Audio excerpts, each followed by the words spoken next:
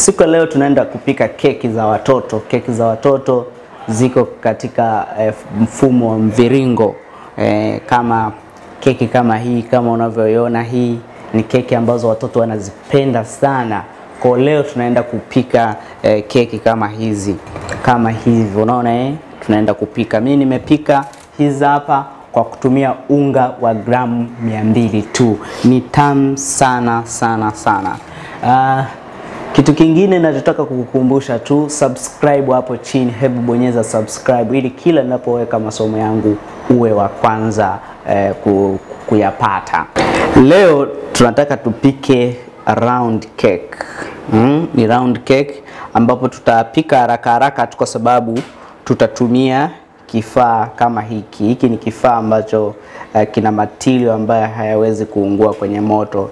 Kinakupa shape nzuri sana za keki. Mfano hii hapa ni keki nzuri sana. Unajua watoto wanapenda kitu ambacho kiko katika umbo. Unaona umbo kama hili linapendeza kweli kweli. Tumepika kwa kutumia kifaa hiki hapa. Kwa hiyo ukipika hiki kitu utatoa kitu kizuri sana, kitu kizuri sana. Kwa leo nataka nikufundishe namna ya kupika keki za almonds kwa kutumia hivi vifaa. Ni virahisi sana, kwa hiyo naomba twende pamoja. Kwanza kabisa andaa mahitaji. Mahitaji ya kwanza ni kifaa kama hiki uwe nacho ili uweze kupika keki yako, au kifaa kama hiki uwe nacho. Hivyo ni vifaa ambavyo vinaweza vikakusaidia. Lakini pia unatakiwa uwe na mahitaji sasa ya kupikia keki yako. Tuna unga wa almonds. Unga huu wa almonds huu unaoona ni gramu 200. Ni gramu 200, au unaweza ukapima kwa kutumia hiki kipimo cha kabakuli kadogo, ila ni gramu 200 unga huu wa almonds. Halafu tuna mayai. Mayai haya ni mayai 5. Ukiyapima kwenye mzani ni gramu 200 pia. Halafu pia tuna mafuta. Mafuta haya ni mafuta ya siagi yanayotokana na maziwa, ambapo unachukua yale mafuta yakiwa katika mgando gramu 50, unayeyusha, unapata mafuta kama haya. Unaona tayari haya nimeshayeyusha. Alafu pia tuna zalto. Zalto ni mbadala wa sukari ambao unaweza ukafanya keki yako ikawa nzuri sana, ikawa inaleta ladha kama keki zile za kawaida ambazo watu wengi wanapenda. Kitu kingine tuna baking powder. Hatuweki amira, kwa hiyo tunaweka baking powder. Baking powder hii hapa tunayo gramu na yenyewe 5. Zalto ni gramu 50, alafu baking powder ni gramu 5. Kwa wale ambao hauna zalto, unaweza kutumia chumvi, kwa sababu almonds ni tamu, kwa hiyo haina haja hata ya kuweka hizi zalto. Lakini zalto haiathiri sukari, haiathiri malengo yako ya kupunguza uzito, kwa hiyo usiwe na hofu. Lakini kama hauna zalto, unaweza kaweka chumvi tu, bado keki yako ikawa Kitu kingine unatakiwa uwe na vanilla flavor. Hii ni flavor ambayo tutaweka katika keki yetu. Vitu vikavu huwa tunaanza na unga huo tunaweka unga wa almonds, unga laini kabisa, unga wa almonds. Ukishamaliza kuweka vile, kama una chumvi unaweza kaweka chumvi.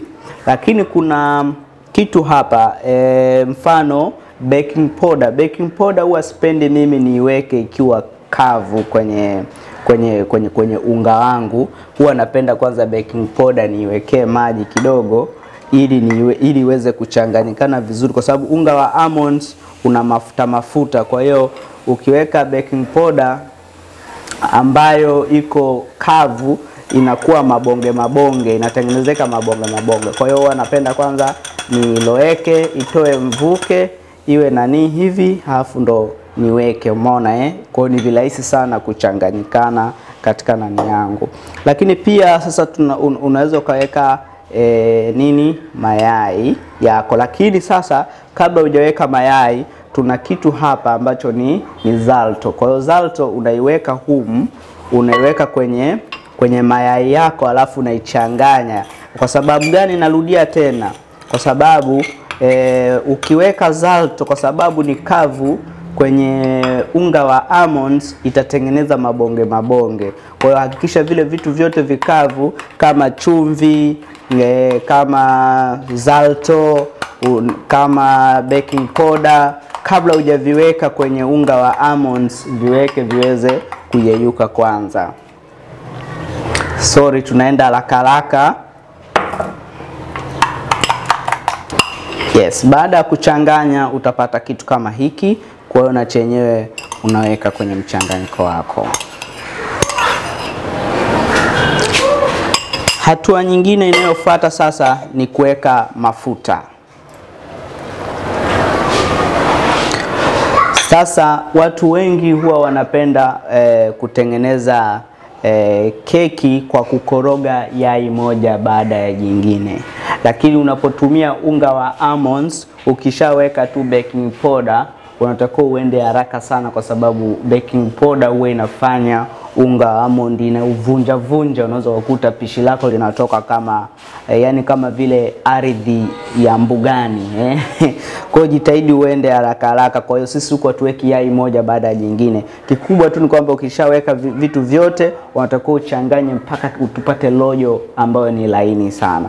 Na utachanganya, unaweza kutumia hii ni hand whisker, hii ni manyo. Unachanganya manual wewe mwenyewe kwa kutumia nguvu yako na mkono, lakini kuna wale ambao wanatumia mashine, unaweza ukachanganya na ukapata mchanganyiko mzuri. Sasa mimi tunaenda kienyeji zaidi ili uweze kuelewa zaidi. Usisije kusema mimi siwezi kupika pishi hilo, mimi sina cha kuchanganyia. Hapana, tunaenda loko. Kama vipo vya kuchanganyia, ila nimeamua leo kutumia hii hand grip ambao unakuwa unachanganya hivi, unakuwa unachanganya unaelekea upande mmoja. Kwa hiyo unachanganya mpaka upate lojo laini kabisa, unaona?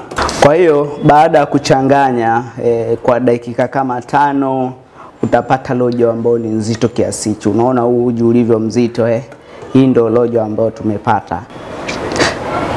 Baada ya kupata lojo kama hii, basi unaenda kuweka katika kifaa chako cha kupikia keki. Unaweza kutumia kijiko kuweka humu au unaweza kutumia kifaa kama hiki.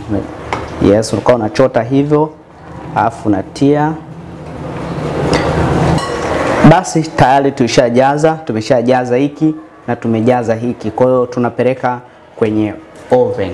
Tunabeba hivi vyote hivi tunaenda kuoka. Sasa sisi tumesha preheat kwa muda wa kama nusu saa. Tulipokuwa tunahangaika kuchanganya vitu vyetu, tulikuwa tayari tusha preheat. Kwa hiyo tunaendelea na zoezi letu. Una seti hapa muda saa moja ikiisha oven yako itapiga kengele, and then unaweza kaongeza tena moto. Basi tusubiri pishi letu tutakapokuwa tayari, nitakujuza. Sasa tayari ishaiva, tunaenda kuipua. Kama unavyoona hivi hapa vitu vyetu vilivyo swafi kabisa. Ukishatoa jikoni unaziacha zinapoa kwa sababu zinakuwa za moto sana, hata hii plastiki inakuwa ya moto sana. Baada zikishapoa sasa ni virahisi, unaweza kuwa unafanya tu hivi, unabandua. Unaona inavyoonekana Yes, unazibandua Unaona jinsi inavyoonekana Unaona Kwa tunaziweka hapa. Hivi.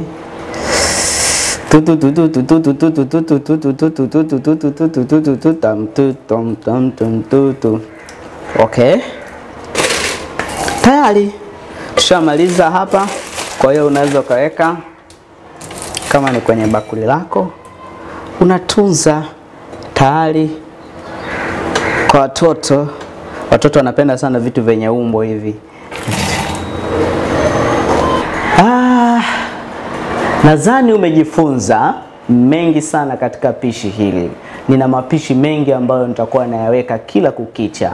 Hivyo ninachokushauri rafiki yangu, bonyeza subscribe, na wewe pia kama unahitaji kujifunza zaidi, chukua namba pale, pata kitabu cha sayansi ya mapishi, kitakufunza zaidi. Kitabu hicho kinafunza juu ya magonjwa ya lishe, pia kinakufunza juu ya sayansi ya vyakula, na kuna mapishi pia ambayo yaweza kuwa ni mgeni Kwa hiyo unaweza ukajifunza kwa kina zaidi katika kitabu hicho. Kitu kingine ambacho nakushauri ni kwamba unaweza sasa ukajaribu na wewe kupika nyumbani kwako pishi kama hili.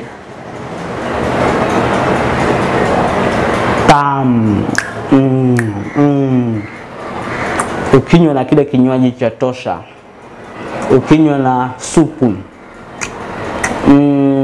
na nini kingine, maziwa mtindi, kitu hiki ni amazing. Basi tu nikutakie kazi njema. Usisahau kusubscribe hapo chini na kubonyeza alama ya kengele, lakini pia kuna video hizi hapa, hakikisha unazitizama, zitakuongezea uelewa zaidi. Mungu akubariki sana.